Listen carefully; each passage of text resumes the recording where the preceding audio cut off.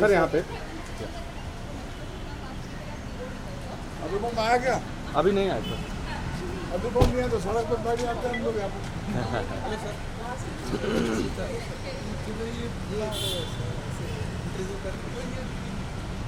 अलो करता है फील्ड का ही काम है, ऑफिस में जब जाते हैं कभी बड़ा ऐसे आप बोले तो कर अनुपम आ जाते इधर आ जा। सर एक यहाँ पे फोटो कर ले देखो।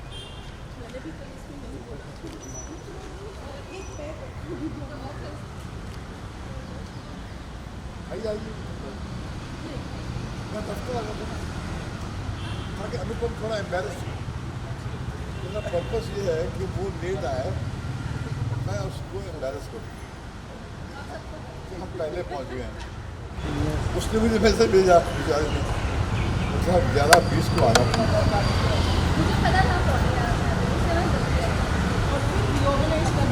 ये बेचारा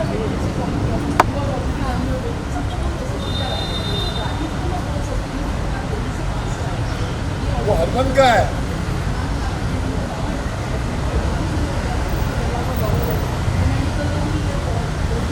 बस करें हो गया भाई बस ओ साधु बस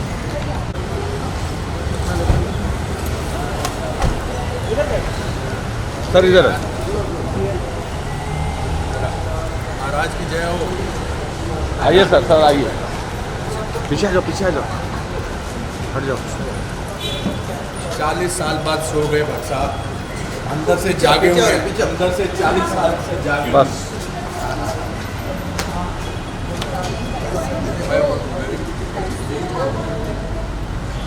हैप्पी भट्ट साहब नीचे वेट कर रहे हैं मेरा। जब मेरे को भैया ये इतिहास गवाह है कि ये स्टार आ रहा है मेरे आने के बाद। मैं पहले आया हूँ। नहीं, ऑफिशियल टाइम आपका 11:15 पे। मेरा ऑफिशियल टाइम आपने मुझे बोला था 11:20, मगर मैंने सोचा कि आपको आपको मेरे टाइम से पहले आया है। बड़ी सिर्फ सजावट के लिए। चलो ये जोर से बोलो ना, बहुत अच्छा लग रहा है। सुनिए ये है हाँ राजीव जी, ये है और ये है जिन्होंने 10 प्रतिभा देखी है आपकी तरफ सारांश अभी, और ये है दत्तू साहब जिन्होंने सुबह भेजा है आपका। ये मैंने 125-150 बार से ज़्यादा देखा। नहीं हाँ मैंने 84 के बाद सब 40-50 बार तो हमने राष्ट्रीय प्रोडक्शन में देखी थी। हाँ मगर मैंने आज मैंने लास्ट टाइम देखी थी मॉस्को में विद मिस्टर बच्चन और मिस्टर BN गाडगिल जो थे मिनिस्टर ऑफ इंफॉर्मेशन, और वो 4000 लोगों का ऑडिटोरियम था। स्टैंडिंग ओवेशन में था, सब स्पॉटलाइट है।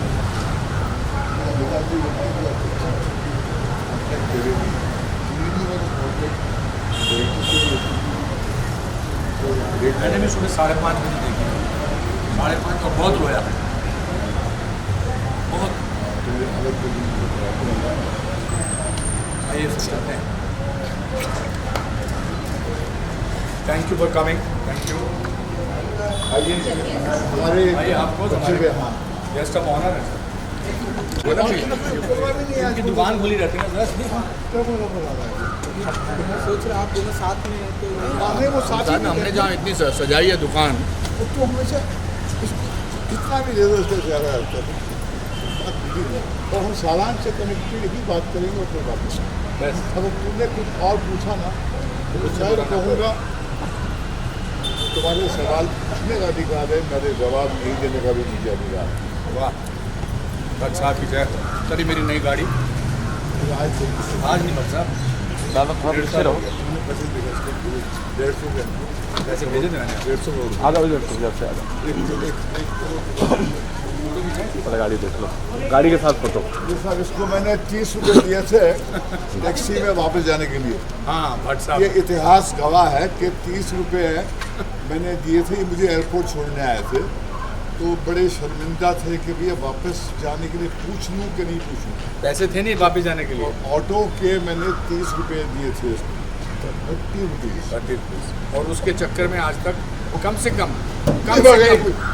इसका कॉस्ट क्या है गाड़ी का? कुछ नहीं बचा, ज़्यादा नहीं है। 1 करोड़ होगा। कितने गए? 1 करोड़, सर ये सब बातें 1 माइक करोड़ लगाने से से ज़्यादा। ये सब बातें अच्छी है, नहीं, माइक 1 करोड़ से ज़्यादा है ये प्राइस। हाँ सर। ये 30 रुपये में हो गया ना अच्छे से। आइए सीरियसली करने की बात है, क्या करें?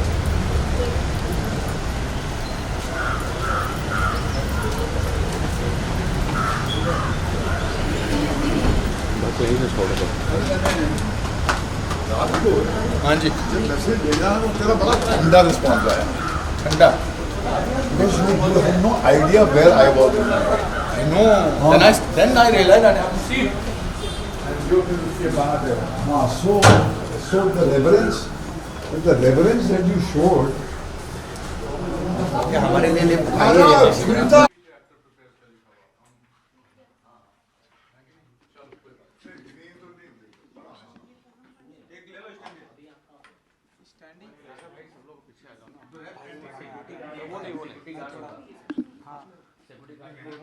मैं थोड़ा आगे आ जाऊं।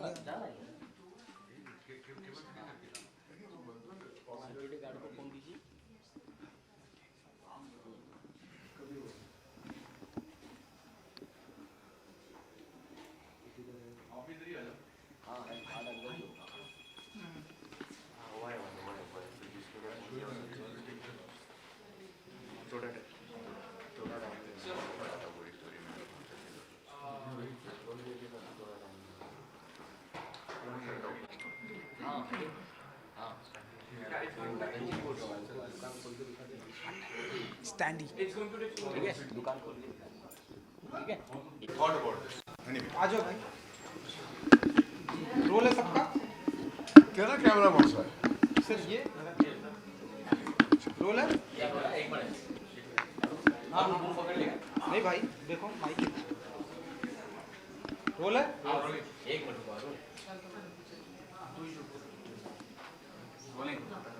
सर, स्टोरी वहीं से स्टार्ट करेंगे जो आप बोल रहे थे कि आज सर के पास ना आपके पास करोड़ों की गाड़ी है, जिक्र हो रहा था 100 रुपए के ऑटो के पैसे के, वहीं से एक्टर प्रिपेयर की कहानी आप लोगों की चालू हो गई थी। तो सर थोड़ा स्टोरी वहाँ से शुरू नहीं करेंगे जहाँ से आप चाहते हैं।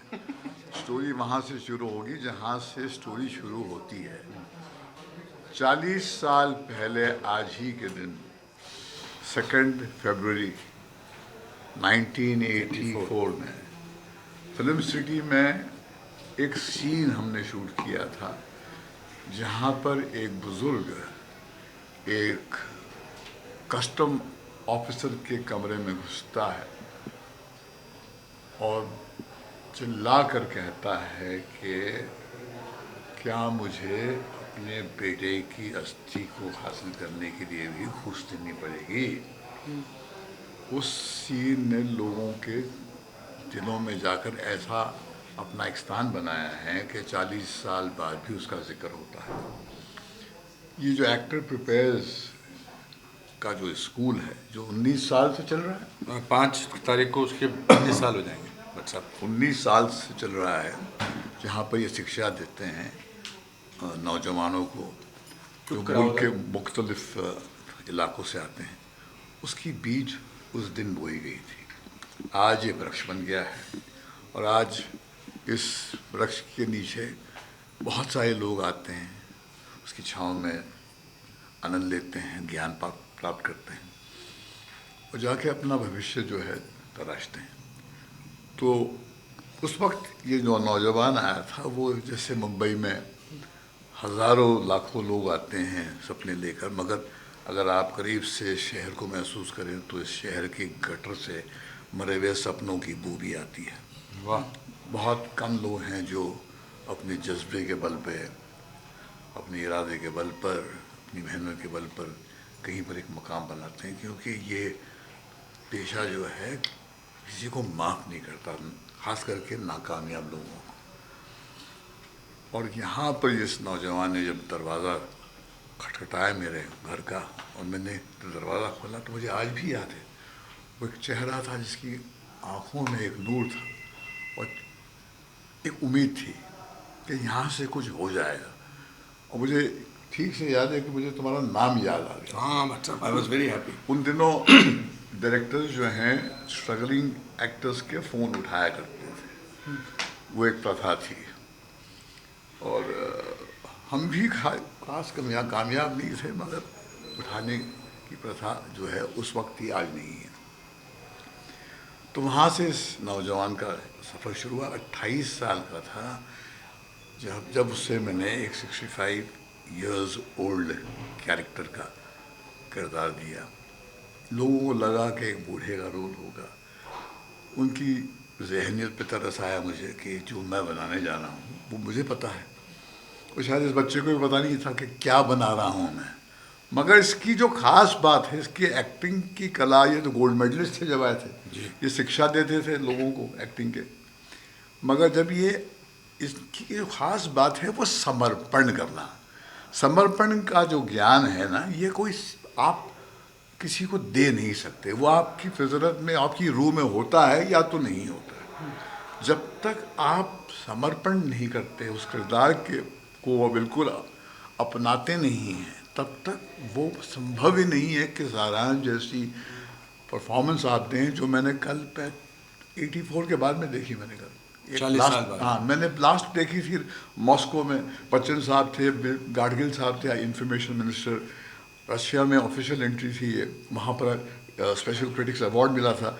4000 लोगों की ऑडिटोरियम में अनुपम, वहाँ पर ये फिल्म देखी थी हमने, और स्टैंडिंग ओवेशन मिला था। स्पॉटलाइट मेरे पे आप आ गई थी, तो अमिताभ जी ने मुझे पीछे से ऐसा इशारा किया, भाई उठ, तेरे के लोग तेरे लिए तालियां बजा रहे हैं। अभी डायरेक्टर्स के लिए तालियां बजाने की परंपरा कहाँ थी यहाँ पर। तो वहाँ से जो एक मैंने लास्ट मरतबा देखी थी फिल्म ये, और कल मैंने देखी, मतलब आज जाके बच्चों से बात करनी है सारांश के बारे में, अनुपम के बारे में, और अनुपम की खास करके उस अदा के बारे में जो इन बच्चों को अपनाना चाहिए। क्योंकि हुनर तो मिल जाएगा, स्किल्स तो मिल जाएगी, मगर वो कहाँ से लाओगे। तो उसके बाद में मैंने जब कल फिल्म देखी तो मुझे यकीन नहीं हुआ कि इस फिल्म में इतनी ईमानदारी, इतनी पाक फिल्म है ये। यहाँ तो वीकेंड नहीं चलती फिल्में। हमने भी बहुत सारी फिल्में बनाई हैं, हमने ज़्यादा फ्लॉप्स बनाई हैं हिट्स के कम ज़्यादा, मगर कहीं पर इसकी रूह में कुछ बात थी। वो बात कहीं इसके दिल से निकली थी। वो ईमानदारी इस बच्चे में थी, वो प्यास इस बच्चे की थी। मैंने उसे दिशा दी, उस किरदार के अंदर उसको मैंने बोया, और उसने वो किया है जिसको मैं आज भी देखकर हैरान हो जाता हूँ कि कैसे किया इसने। ये तो बड़े बड़े कलाकार नहीं कर सकते। I dare anybody to see Saransh and do that kind of performance. इतनी करुणा, इतना प्यार, इतना दर्द और इतनी हिम्मत का जो है, कहीं इसने अंदर से निकाली है ना, अपनी रूह से निकाली। डायरेक्टर तो सीन दे सकता है, समझा सकता है, इंस्पायर कर सकता है, मगर आखिरकार निकलेगा कहाँ से? इसके जिस्म से निकलेगा ना, इसकी रूह से निकलेगा, इसके संस्कार से निकलेगा, इसकी तहजीब जो इसके अंदर है, इसके डीएनए में है, वहाँ से निकलेगा। वो बोलती है, वो हिंदुस्तान की जो शान है, हमारे पुरखों की जो शान है, वो ऋषियों की का जो मुल्क है, उसका जो नूर है, उसके रोम रोम में चमकता है सारांश में। तब मैं और भट्ट साहब टैक्सी में घूमते थे और टैक्सी में शूटिंग पे जाते थे। और मैंने इसलिए समर्पण किया था भट्ट साहब, बिकॉज जो आपने इंसान, और ये बार बार बोलते हैं मैं 28 साल का था, ये 34 साल के थे sir. For a 34-year-old man to think, तो मेरे पास और कोई चारा नहीं था। मैंने आज लिखा भी है कि उस फिल्म में सिर्फ टैलेंट की वो नहीं थी, उस फिल्म में वो सारे साल जो बेइज्जती के थे, जो लोगों का मतलब ना मानना, उसमें सारा डाला गया था। पर हम टैक्सी में घूमते थे और फिर उसके बाद परंपरा ये हुई टैक्सी में, समझ में आ रहा है आपको, टैक्सी में हाँ? और फिर हम एक बार टैक्सी में घूम रहे थे तो एक आदमी, पिक्चर रिलीज़ हो चुकी थी और हम जा रहे थे तो वो आदमी बोला, ए टैक्सी में। तो मुझे बड़ी परेशानी हुई, मैंने कहा मैं नई नई गाड़ियाँ खरीदूंगा जब हूँगा। तो आज फिर मैं इनको हर फिल्म के 100 रुपया देता था, नहीं 300 पहले देते 300 देता था। एक वीडियो कैसेट खरीद के देते थे। हाँ। फिर मैंने रेट जैसे कामयाब होता गया तो मैंने अपना कमीशन बढ़ाना शुरू कर दिया और मैं गुरु दक्षिणा जो है बिल्कुल छाती ठोक के दुनिया के सामने देता हूँ और लेता रहूँगा। बहुत, फिर वो 300 का 500 हो गया, 500 का 1000 हो गया, 1000 का 5000 हो गया और आज 50,000 हो गया। आज 50,000 दिया है, इससे पहले मैंने उनको। हाँ, आपकी आंखें जो है ऐसे कि न्यूज़ तो अब मिली है कि अनुपम खेर से महेश भट्ट ने 50,000 रुपये लिए, गुरु दक्षिणा दिया, अधिकार से। मैं जो भी आज हूँ, ये मानते नहीं है मगर ये मेरा इसका श्रेय, अगर ऐसी फिल्म नहीं मिलती मुझे तो 40 साल की कामयाबी शायद हासिल नहीं होती। आज भी मैं बाहर घुमा फिरा के सारांश पर डिपेंड कर सकता हूँ। एक ही फिल्म चाहिए होती है इस तरह की, हाँ ये बात सही है, एक ही फिल्म चाहिए होती है। अगर मार्लन ब्रांडो को हम गॉडफादर से जानते हैं, ऑबिचुअरी फिल्म, आपकी ऑबिचुअरी की फिल्म होती है, हाँ, कि वहाँ से शुरुआत लिखी जाएगी। तो वी आर वेरी हैप्पी। और आज हम यही बातचीत सारांश के ऊपर एक मास्टर क्लास भट्ट साहब के हाथ करने जा रहे हैं कि उन यादों को, उन बातों को हमने कैसे हासिल किया, ताकि आने वाली जो पुश्तें हैं, आने वाले जो लोग हैं, डायरेक्टर्स हैं, एक्टर्स हैं, क्योंकि मैं ये कहना चाहता हूँ कि अंत में एक्टिंग ही काम आती है, मार्केटिंग काम नहीं आती है। मार्केटिंग अब ज़रूरी हो गई आजकल, but acting is what is finally that will take you to this event. और वो जिससे बात आपने शुरू की थी और मैंने बात काट दी, उस पर भी आते हैं। ये मुझे एयरपोर्ट छोड़ने आते थे, साथ में हुआ करते थे। इन्होंने एक बात नौजवान राहुल रॉय को कही थी जब आशिकी में मैंने कास्ट किया था। मैंने कहा अनुपम खेर बहुत अच्छे शिक्षक हैं, एक्टिंग के टीचर बहुत अच्छे हैं। तो उन्होंने अनुपम देखा राहुल को, समझा कुछ मत करो, तुम सिर्फ भट्ट साहब के साथ घूमते रहो, बस जहाँ जाए तो घूमते रहो। मैं भी यही करता था। तो ये आते थे मेरे साथ में, मैं एयरपोर्ट पे छोड़ने आया था, तो मैंने महसूस किया कि इसके अंदर थोड़ी सी एक एंग्जाइटी है कि मैं वापस कैसे जाऊंगा यहाँ से। तो मैंने कहा पैसे नहीं है ना मेरे पास। बोला नहीं, हाँ नहीं। तो मैंने अपने जेब में से 30 रुपये निकाले ऑटो रिक्शा के, क्योंकि इसकी हैसियत ऑटो रिक्शा की। नहीं मसा, फिर मैंने पता क्या किया, मैं वापस बस में गया और बिकॉज वो 30 रुपये फिर मेरा 1 हफ्ते तक चले। हाँ, तो ये वहाँ से आए हैं। तो आज इन्होंने नीचे कुछ 1 करोड़ की गाड़ी जो है कि अगेंस्ट खड़े होकर तस्वीर जो है खिंचवाई है बड़ी शान से। मगर लोग बस गाड़ी की कॉस्ट को देख के तो बड़ी ईर्ष्या करेंगे, मगर उसकी जो जड़ें कहाँ हैं वो यहाँ है। Thank you. इससे ज़्यादा हम बोल नहीं सकते, वहाँ भी बहुत बोलना है। Sir, thank you.